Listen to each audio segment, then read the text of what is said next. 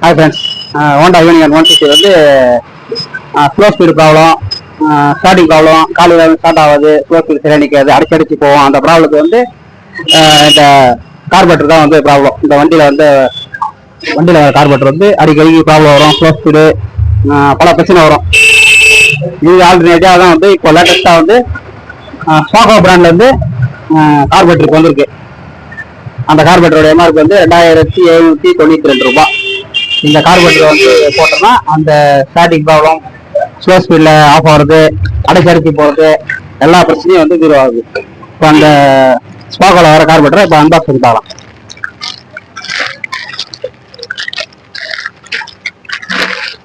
இதான் ஃப்ரெண்ட்ஸ் அந்த லேட்டஸ்ட்டாக இப்போ வர ஸ்பாகோவில் ஹோண்டா யூனிகார்ன் 150க்கு போட வேண்டிய கார்பரேட்டர் இது.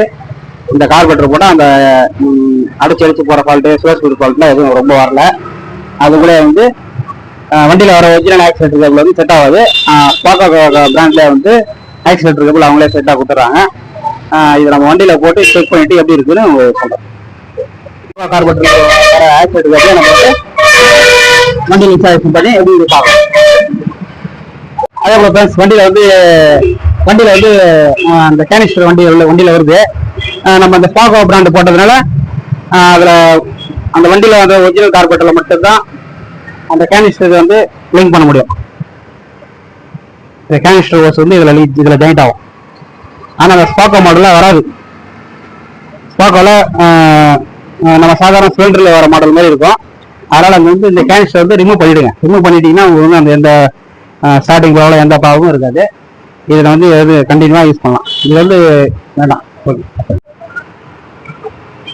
இப்போ நம்ம வந்து யூனிகார்ன் கார்பரேட்டர் வந்து ஸ்பாகோவில் வண்டியில் ஃபிட் பண்ணியாச்சு.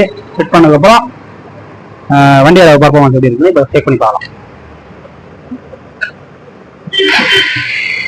இப்போ வந்து செல்ஃப் ஸ்டார்ட் போட்டோன்னே நல்லா உடனே ஸ்டார்ட் ஆயிடுச்சு. ஸ்லோ ஸ்பீடும் பக்காவாக இருக்கு. இப்போ அந்த சவுண்ட் எப்படி இருக்குன்னு இன்ஜின் ஆயிடுச்சு.